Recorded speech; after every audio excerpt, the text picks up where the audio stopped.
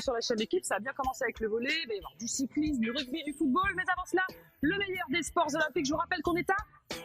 Ça marche bien. Ouais, 54 jours des Jeux Olympiques, on compte les jours vraiment avant les JO. On va suivre tous les Français, tous les champions avant ce grand rendez-vous. Venez avec moi, je vous emmène au cœur de l'aréna, on va aller au milieu du stade pour avoir une jolie vue d'ensemble sur toutes nos compétitions du jour.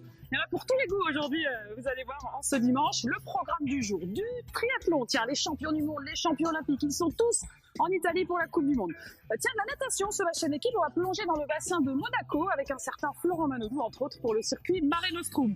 Du tennis, c'est la grande finale de l'UTS, l'Ultimate Tennis Showdown, et un Français, Corentin Moutet, qui joue le titre. Et puis enfin, du volley, on reviendra sur la victoire des Bleus face à l'Australie. On sera notamment en direct avec l'un des volleyeurs de l'équipe de France, Julien Linel, pour la séquence à plus d'embus. Elle va devenir mythique, celle-là. Allez, on commence ce programme maintenant que vous avez le décor qui est planté par du tennis. Je vous l'ai dit, c'est la finale de l'Ultimate Tennis Showdown pour la première fois sur terre battue.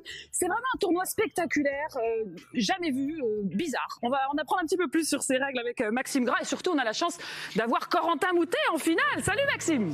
Bonjour France, bonjour à toutes et à tous. Je prends la balle au bon et surtout l'adjectif au bon, bizarre, en tout cas qui se veut révolutionnaire. Le concept de cette UTS, quatrième du nom, quatrième édition.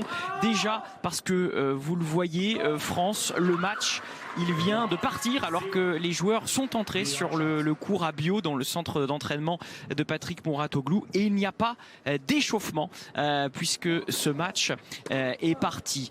On va décrypter ce qui se passe sur votre écran juste avant. Pourquoi ce format? Eh bien France, tout simplement, volonté majeure de la part de Patrick Mouratoglou qui a donc créé ce concept avec ses équipes, eh bien de dépoussiérer la pratique du tennis. 60 ans de moyenne d'âge, c'est à peu près eh bien justement cette moyenne d'âge du téléspectateur aujourd'hui de tennis. Donc la volonté, c'était vraiment de limiter la durée des matchs, dynamiser avec la création de 2 cartons, et puis supprimer notamment l'échauffement et l'apparition de jokers sous forme de cartes qui changent un petit peu de manière ludique eh bien le scénario et les règles durant 2 points. On va découvrir ça évidemment avec le cas pratique de cette finale, de cette 4e édition qui vient de débuter. 4 cartons de 8 minutes et eh bien 2 services pour chacun des joueurs alternativement. Celui qui a marqué le plus de points à l'issue d'un carton remporte ce carton. Si il y a égalité à 2 cartons partout, puisqu'on l'a dit, il y a 4 cartons de 8 minutes, et bien à ce moment-là, une mort subite sera disputée et départagera les 2 joueurs. Superbe ce passing de Corentin Moutet, la patte gauche, donc un revers à 2 mains, côté droit du jeune Français opposé pour cette finale. Lui qui a été invaincu, le Parisien, durant ces 2 jours de compétition. Il a remporté ces 4 matchs qui lui ont permis d'accéder à la finale, et bien qui rencontre Taylor Fritz, qu'il avait affronté dans une phase de poule et qu'il avait battu donc la veille en phase de poule, le jeune Américain qui n'est donc pas affublé de son patronyme Taylor Fritz, donc son nom de famille, mais du surnom de Hot Shot, la capacité donc à faire des jolis coups, des coups spectaculaires, alors que le Français, eh bien, lui s'appelle et surnommé la Tornade, Tornado. Ainsi, les équipes de communication de Patrick Mouratoglou aiment bien donner un surnom aux différents protagonistes. Ils étaient au nombre de 8 au coup d'envoi de cette compétition. C'est donc la Tornade, tout autant pour ses qualités tennistiques que pour sa capacité aussi à s'enflammer et à prendre feu mentalement, l'artiste Corentin Moutet. Alors parmi les règles, et vous l'avez peut-être remarqué sur ces 8 premiers points, on parle beaucoup pour vous donner le sens, le point de départ de cette compétition. Eh bien un seul service eh bien, est autorisé pour encore une fois essayer de gagner du temps, dynamiser les matchs. Un seul service et donc seulement 15 secondes, vous voyez le chrono qui se déclenche, 15 secondes entre les points. L'objectif donc est d'avoir le moins de temps mort possible.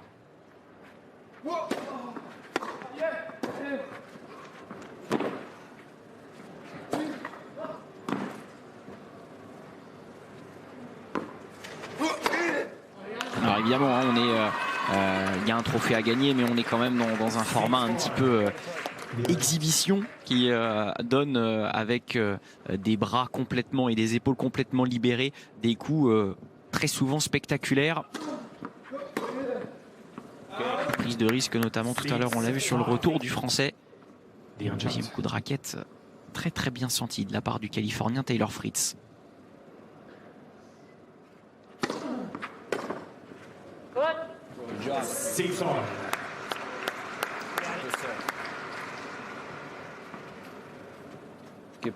Le voici, Patrick Mouratoglou, aux côtés de l'Angevin Nico Mahut.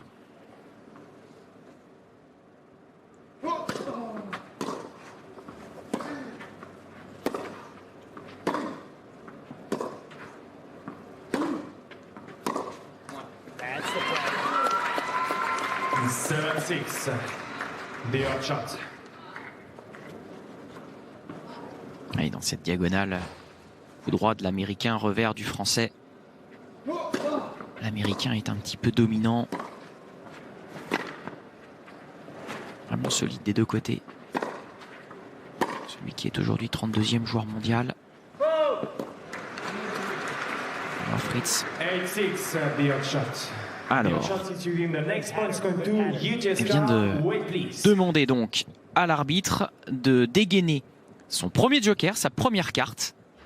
La possibilité donc sur le prochain point, plutôt les deux prochains points, eh bien en cas de point remporté de sa part, il vaudra bien 2 points. Mais en fait, on s'est trompé, on ne s'est pas très bien entendu avec l'arbitre. C'est l'autre carte qu'il souhaite dégainer. Et donc cette carte, elle est rouge et elle est donc un petit peu défensive. Elle va obliger le Français à aller chercher l'échange, le gain du point en moins de 3 frappes. C'est sa 3e frappe. Taylor Fritz sera dessus et donc l'échange s'arrête. Le point remporté par l'Américain puisqu'il y aura eu un 4e coup de la part du Français qui essaye d'expliquer.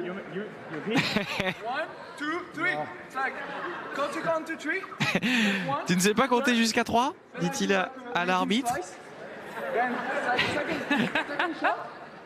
Non mais on négocie pas là avec l'arbitre. Ah vous savez, à l'UTS on peut un peu. Bon ça va, c'est bon enfant, ça plaisante. Et oui, ça fait 1 le service, 2 voilà, et puis 3 et voilà, c'est terminé. On n'essaie pas de gagner un autre point. Il comptait pas le service aussi le Français. Et oui mais ça. regardez, là il joue un 4e point. Et oui, il joue un 4e coup. Donc voilà, on arrête l'échange. Parce qu'on n'est plus dans le deal du joker. Ah, mais il va falloir réviser ces règles de l'UTS. Hein. Bon, on va les laisser discuter. Hein, vous savez Bien quoi sûr, allez Maxime, si vous voulez. On reviendra un petit peu plus tard quand ils seront tombés d'accord parce qu'on n'aime pas montrer le mauvais esprit. On ne discute pas les règles de l'arbitre, Corentin, attention. Un petit peu de natation maintenant parce qu'on a une belle épreuve à vous montrer. Le Mare Nostrum, vous savez, c'est un petit circuit qui se dispute, un gros circuit qui se déroule sur 3 étapes. La première à Monaco, la deuxième à Canet-en-Roussillon, la troisième à Barcelone. Après 1 an d'absence, c'est l'élite de la natation mondiale qui se retrouve à Monaco. On est dans la piscine du Stade Louis II, vraiment juste en dessous du terrain de foot. On va filer tout de suite retrouver la finale du 100 mètres papillon avec 4 Françaises au départ. Et qui est-ce qui va nous commenter ça? Eh bien, c'est François-Xavier de Châteaufort, on y va. Le 100 mètres papillon dames, la grande finale, à présent. Avec la présentation des 8 concurrentes, et notamment Faustine Barral, ligne d'eau numéro 8, qui appartient au club de Grenoble et Chirol. Alba Guillamon Novo, l'Espagnol, qui sera à sa droite.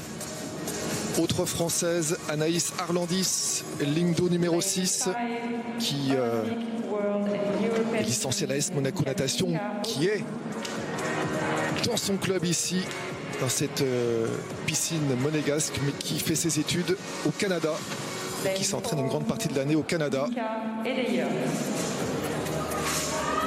Katinka Oshou, la hongroise.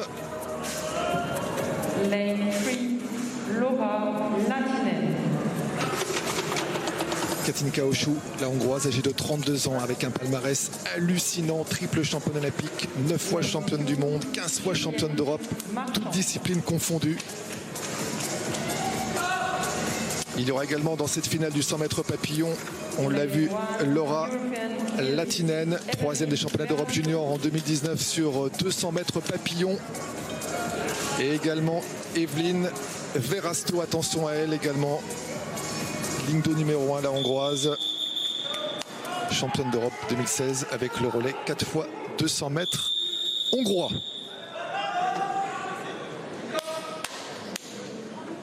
Bien sûr, Katinka Hochou, grande favorite. Ligne d'eau numéro 5. La française Anaïs Arlandis aussi va essayer de rivaliser. La coulée. Essayer d'aller le plus loin possible. Et à ce petit jeu, c'est Laura Laitinen qui est bien partie, mais ça va très vite également. Evelyne Verasto, ligne d'eau numéro 1, je vous l'avais dit, il fallait s'en méfier. Elle est à l'extérieur. Mais pour l'instant, ça se passe très bien pour Laura Laitinen. On va voir à la mi-course. Laura Laitinen semble avoir l'avantage à la touche.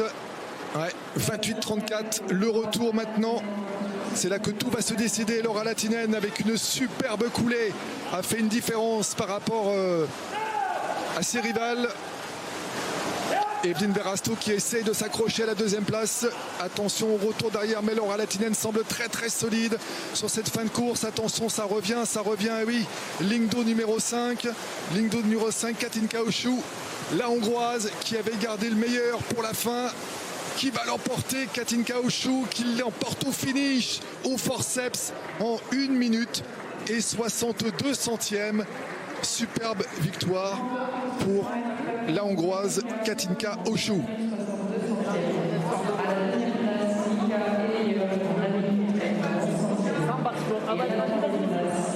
Katinka Hochou qui l'emporte, qui remporte cette finale du 100 mètres papillon.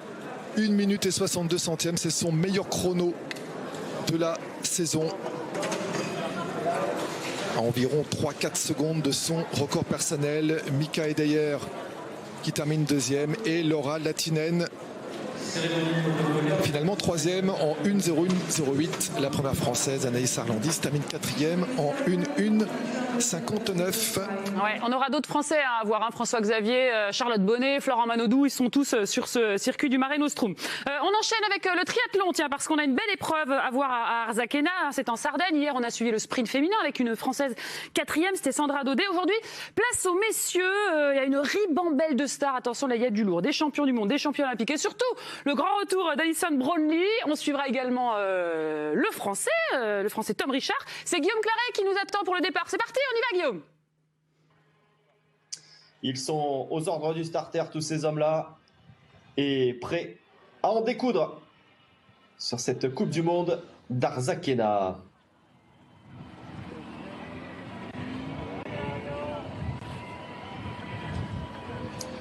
Les Olympides de la Sardaigne qui accueillent cette Coupe du Monde, avant-dernière étape sur le parcours qualificatif des Jeux Olympiques de Tokyo. La toute dernière chance, ce sera la semaine prochaine sur la WTS de Leeds. Le temps ne devrait pas être le même. Et c'est parti pour cette Coupe du Monde. Donc distance sprint, hein, ici à Arzachena. 750 mètres de natation, 20 km de vélo et 5 km de course à pied pour refermer donc cette petite heure de compétition. J'attire tout particulièrement votre attention sur le parcours vélo. 3 boucles de moins de 7 km, hein, puisqu'on est à 19 km 400 très précisément. Mais surtout, sur ces 6 km 500, on va dire, 1 km 500 d'une franche montée qui pourrait faire de grosses différences. On verra ça un petit peu plus tard dans la compétition. Alors, sur ces 750 mètres de natation, c'est des eaux plutôt calmes. Rien à voir avec Lisbonne. Vous voyez le petit clapot en surface.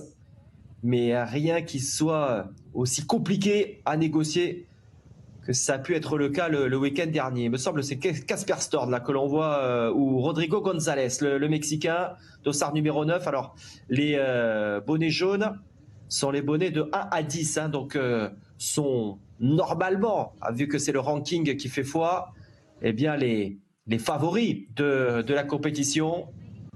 Mais on aura évidemment quand même un œil tout particulier sur, une fois n'est pas coutume, le dossard 46, Alistair Brownlee. Il me semble avoir vu également un 50.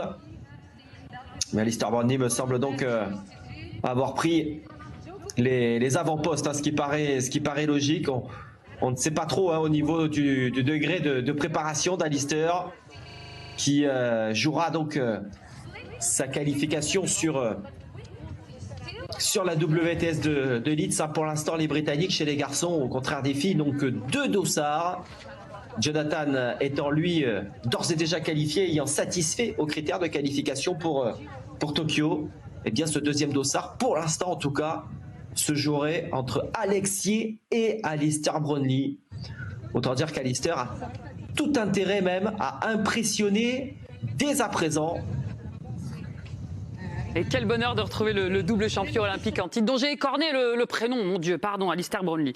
Il y a un Français qu'on suivra également avec vous, Guillaume Claret. Un petit peu de lutte à présent, mais version handisport. Vous savez qu'on n'oublie surtout pas les athlètes paralympiques dans l'aréna. Aujourd'hui, on va parler paralutte. Ça se passe à Maubourguet, près de Tarbes, où une quinzaine de jeunes athlètes sont qualifiés pour les championnats de France. Alors, ce sont des ados qui présentent des déficiences ou des troubles intellectuels. Et vous allez voir que la magie du sport opère dès qu'ils foulent le tapis de lutte. C'est un sujet de Jean-Marc Lucas. Regardez. Donc, jambe droite en avant. Donc là, en fait, ton jeu reste face à lui pour l'aider, puisque comme il débute, tu vas tomber sur ton genou à peu près ici. Donc tu dois t'avancer un peu là déjà. Tu tombes sur ton genou et tu relèves ta jambe de force, ici. Ok, là tu as la tête sur le côté, tu restes le dos bien droit. Voilà. Et là, l'idée c'est de pousser avec ta tête en attrapant les jambes. Pousse pour le plaquer. Voilà. Et là tu restes sur lui, évidemment, pour ne pas aller sur le dos. Si tu vas sur le dos, en lutte, tu as perdu. On essaie de travailler surtout sur l'estime d'eux. Quand ils arrivent, ils sont souvent, ils n'ont pas trop confiance. Ils ont un vécu qui n'a pas été toujours évident. Voilà, on essaye de jouer sur ça, sur le plaisir et l'émotion. Et l'émotion, on a pu en avoir parce que c'est vrai que quand on s'en va sur des championnats, on a eu l'occasion de partir au championnat à Paris. On est parti à l'île de la Réunion. Côté opposé à la tête, c'est-à-dire si tu as ta tête, vas-y, prends-le, vas-y. Hop, tu pousses vers là-bas. Ta tête pousse, vas-y, lève-le, arrache, et vas-y, accompagne-le au sol. La lutte, c'est le combat parce que ça défoule. Du coup, quand tu as besoin de te défouler, tu peux faire la lutte et ça t'amuse aussi. Donc on aime bien ce petit tour. Triathlon, natation, tennis et puis volley. Volley, ça s'est terminé, c'était ce matin. Si vous étiez attentifs, la Ligue des Nations pour l'équipe de France de volley. Petit coup de fil, pourquoi ? Eh bien, c'est la tradition. On a la chance d'être avec les Bleus direct dans le bus. C'est les séquences A+ dans le bus. On est avec Julien Linel. Bonjour Julien. Est-ce que vous pouvez nous faire un petit tour de bus ? Là, c'est quoi ? C'est les cadres derrière et les faillots devant avec le coach ? Comment ça se passe ? C'est un peu ça, ouais. C'est un peu ça. Là, il y a les gars qui jouent aux cartes. J'arrive pas à vous... Attendez. Non, n'insistez pas, c'est pas la peine. C'était pour introduire. Là, vous voyez un petit peu, on perd pas le nord, voilà. Bon, allez, on revient sur ce match, cette victoire face à l'Australie, 3e victoire en 3 jours. Alors, vous avez mis 4-7 cette fois. Ce serait bien de nous faire ça en 3-7 pour ceux qui vous diffusent, Julien Linel. Allez, il faut accélérer maintenant les victoires. Ouais, mais on veut faire durer le plaisir un petit peu. Comment vous analysez la rencontre ? Il y a eu quand même pas mal de fautes aujourd'hui encore, hein ?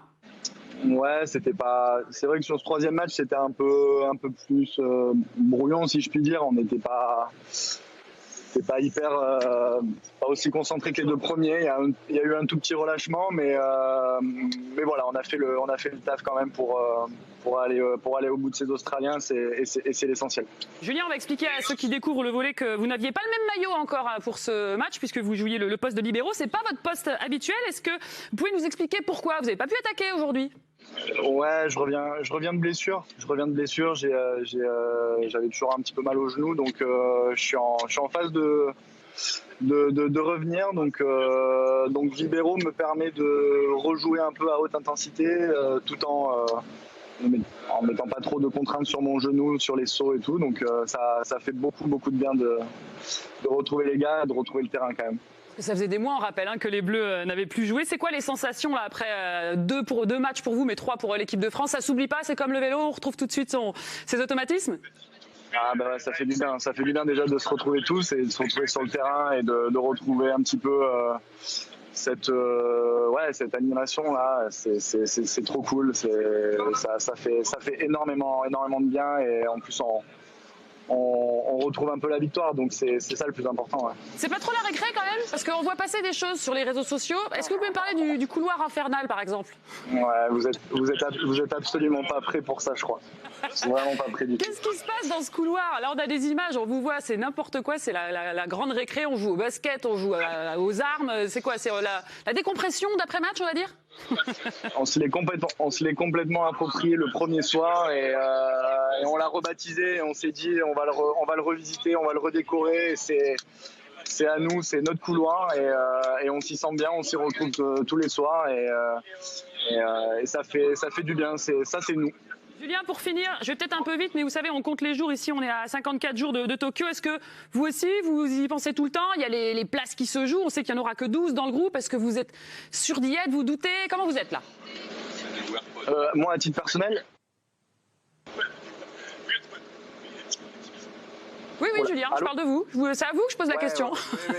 Ouais, mais c'est sûr que c'est délicat. Il y aura une sélection à la fin. Tout le monde veut jouer son ticket pour être sélectionné, donc c'est sûr que c'est pas si évident, mais on donne le maximum tous et puis on verra à la fin. C'est à la fin du bal qu'on fait les musiciens. Belle intervention, il fallait la placer. Juste un petit mot sur le Brésil, votre prochain adversaire, ça vous évoque quoi? On est excité, on est impatient, on a peur? Ouais, là on va avoir 3 jours, j'allais dire de repos, mais pas du tout de repos. Je pense qu'on va quand même beaucoup s'entraîner et beaucoup se préparer physiquement, continuer le travail physique et puis tout doucement on va préparer ce match qui va être un gros match. Ouais, c'est sûr. À suivre jeudi 3 juin à 15h sur la nouvelle plateforme numérique live l'équipe.fr. Merci à tous les copains de l'équipe de France, des bisous tout le monde, salut. Merci. Et à la prochaine. Salut. Et continuez à nous faire rire sur les réseaux sociaux. Suivez-les, ils sont extraordinaires. Les Bleus dans cette Ligue des Nations qui vont ensuite faire les JO, qui vont ensuite faire l'Euro. Et ça, ce sera à suivre sur la chaîne L'Équipe. On retourne au triathlon parce que ça se passe en Italie, là aussi, mais pas à Rimini. Cette fois, c'est à Arzachena, en Sardaigne. On va sortir de l'eau avec Guillaume Claret. On en est où? Allez, la fin de ces 750 mètres de natation avant de s'élancer pour 20 km de vélo. Vous voyez, combinaison bien évidemment qui était autorisée. La température de l'eau étant à 18 degrés aujourd'hui. Et la tête de course donc avec Richard Varga, avec Alistair Brownlee. Petit passage sur la plage avant de rallier. Gianluca Pozzati qui est là. Et Tom Richard qui est bien. On a vu la trifonction tricolore. C'est le hongrois de veille, un petit peu comme Zanet Brackmayer chez les filles, qui est sorti en tête et qui a fait une grosse fin de natation pour être aux avant-postes. Déjà de beaux écarts. Marc Deveille devant Richard Varga, Pozzati, Deveille qui est parti. Dan McIntosh également, le Polonais, cette rider qui a fait une belle natation. Ouais, ça va partir en paquet. Tom Richard était 21e à la sortie. Attention à McIlroy. L'un des favoris peut-être aussi avec Kevin McDowell du côté des Américains. Et les Norvégiens, en revanche, eux sont un petit peu derrière. Christian Blumenfeld a pris quand même une vingtaine de secondes sur la tête de course.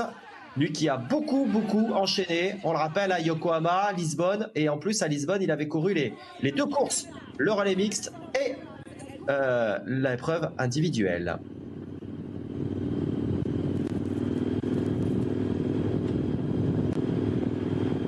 Allez, c'est parti pour cette partie vélo. C'est 20 km de vélo. Alors, il n'y en a pas tout à fait 20 au compteur. Très précisément, 19 km 300 en 3 tours.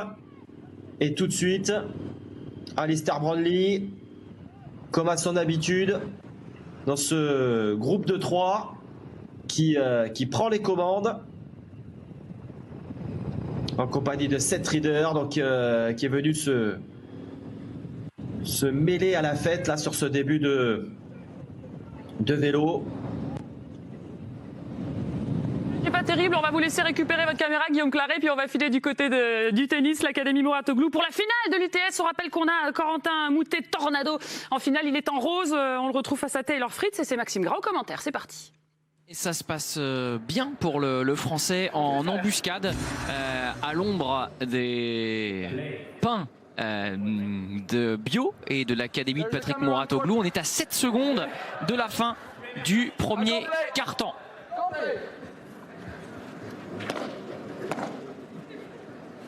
Et le Français qui utilise donc la carte d'un service supplémentaire. On le disait tout à l'heure, hein, un seul service autorisé. Là, il peut mettre la gomme sur la première puisqu'il aura un deuxième service. « 5 secondes, ça doit lui permettre de jouer ce point. Et pourquoi pas un autre ? Et il est perdu. Ce point pour le Français et eh bien ce premier carton tombe dans l'escarcelle. The hot shot, à savoir Taylor Fritz qui mène donc 1-0 dans cette finale. Vous parliez tout à l'heure de l'expression du français auprès de l'arbitre. Tout ceci est autorisé, hein, on ne prend pas d'avertissement de la part des arbitres sur ce circuit. Y compris, on a le droit eh bien, de s'exprimer auprès des coachs qui sont présents d'ailleurs au bord du court, sauf pendant le point évidemment. Et on va avoir les joueurs qui vont s'exprimer avec les présentateurs anglais. Ah, je comprends pas, je joue très mal, dit le français, mon revers, il est nul, je joue mieux avec mon coup droit. Qu'est-ce qui s'est passé avec l'arbitre, lui demande Jenny, la présentatrice américaine. Ouais, je comptais ses coups en fait tout à l'heure, donc les 3 couches c'était les siens, mais j'avais pas pensé que en fait c'était les miens.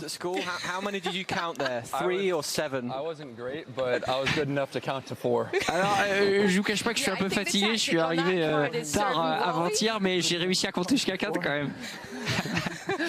Voilà, ils se chambrent mutuellement tous les deux. C'est aussi ça qui est sympa dans ce concept. L'arbitre qui a tout entendu et qui apprécie le moment. Et qui demande Taylor Fritz si il peut récupérer son revers. Bon, tant mieux si je garde mon coup droit, c'est pas grave, lui dit-il. Allez, 25 secondes avant le début du deuxième quart-temps. Question à Taylor. Vous avez réussi à gagner 4 quarts de suite avec votre demi-finale. Comment vous vous sentez? Je vais continuer à faire ça et continuer à garder le rythme, mais je me sens mieux depuis eh bien, cette journée. Et j'espère que ça va continuer ainsi pour moi. Ça s'annonce bien en tout cas pour l'Américain, mais le Français n'a pas dit son dernier mot, lui qui est invaincu. France depuis le début de cette compétition. Ouais, mais là, il est mené à un quart-temps, donc il faut remonter. En tout cas, c'est assez exceptionnel cette séquence. On voulait absolument vous la montrer parce qu'entendre les joueurs réagir à chaud comme ça, même si là, si ça plaisante beaucoup, mais c'est quand même assez rare et précieux d'avoir ces petits témoignages. On suivra la suite de ce match, de cette finale, dans un instant. Un petit peu de natation parce que je vous le disais, on suit le circuit du Mare Nostrum. Ça se passe à Monaco aujourd'hui. On va voir Charlotte Bonnet, tiens, attention, qui va s'élancer sur le 200 mètres nage libre. Et ce n'est pas la seule française. On y va avec François-Xavier de Châteaufort. Le 200 mètres nage libre féminin, la grande finale avec une confrontation très très attendue. Là, on voit Lisa Pou qui va prendre place sur le plot de départ de la ligne d'eau numéro 8. Une confrontation très très attendue entre la Hongroise Katinka Hosszú et la Française Charlotte Bonnet. Katinka Hosszú, palmarès hallucinant, âgée de 32 ans, triple championne olympique, 9 fois championne du monde, 15 fois championne d'Europe, toutes disciplines confondues. C'est la nageuse la plus médaillée au championnat d'Europe, toujours en activité. La présence de Charlotte Bonnet, bien évidemment, ligne d'eau numéro 5, âgée de 26 ans, 3e notamment des Jeux en 2012 avec le relais 4x200. Médaille olympique à 17 ans, Charlotte Bonnet. Toujours en haut de l'affiche, qui va essayer d'aller chercher un beau duel, une belle explication avant les championnats de France qui auront lieu du 15 au 20 juin à Chartres. Face notamment aux côtés de ce qui se fait de mieux sur la discipline du 200 nage libre, Katinka Hochschild. Charlotte Bonnet, 3e des championnats d'Europe 2016, championne d'Europe 2018. Et 3e avec le relais 4x100 mètres à Budapest il y a de cela quelques jours. Ligne d'eau numéro 5, Charlotte Bonnet, Katinka Hochschild. Ligne d'eau numéro 4, il y aura également Alizé Morel, autre française présente dans cette course. Ou encore attention à Maria José Matacoco, la mexicaine. Allez, le début de course très très important. Bien se lancer idéalement. Et c'est parti vite notamment à la ligne d'eau numéro 3 pour Maria José Matacoco, la mexicaine. Attention à elle. 3e des Jeux panaméricains 2019 avec le relais 4x100 mexicain. Et le duel est lancé. Et Katinka Hochschild qui a pris un léger avantage face à Maria José Matacoco et Charlotte Bonnet. Mais ce n'est pas terminé pour l'instant. Katinka Hochschild, la patronne, la hongroise, qui mène les débats. On va bientôt arriver à la mi-course de ce 200 nage libre féminin. Charlotte Bonnet qui pour l'instant est légèrement en retrait. Le duel est plutôt entre la hongroise et la mexicaine. Avantage pour l'instant à Katinka Hochschild. Ligne d'eau numéro 4, Charlotte Bonnet est 3e, mais ce n'est pas terminé. Charlotte Bonnet qui va essayer de produire son effort sur cette 3e portion de course avant le dernier retour. Pour l'instant, c'est compliqué pour Charlotte Bonnet. Katinka Hochschild qui dicte sa loi. Pas loin, Maria José Matacoco. Elle est encore 50 mètres pour la différence, pour la gagne. Pour l'instant, avantage à la hongroise et Charlotte Bonnet qui fait son effort. La française qui fait son effort et qui est en train de passer tout le monde. Charlotte Bonnet, superbe démonstration sur le 50 derniers mètres. La française du cercle de l'Olympique Nice, attention, qui fait son effort, qui va l'emporter. Superbe fin de course de Charlotte Bonnet. Regardez l'avance qu'elle a. Le chrono à l'arrivée, 1:58:38. Superbe performance pour la Française Charlotte Bonnet qui réalise bien son meilleur chrono de la saison. Belle démonstration et superbe fin de course. Charlotte Bonnet qui a déposé notamment Katinka Hochschild, la hongroise, sur la fin de course. Et oui, la satisfaction de Charlotte Bonnet, toute légitime, qui remporte ce 200 mètres nage libre féminin.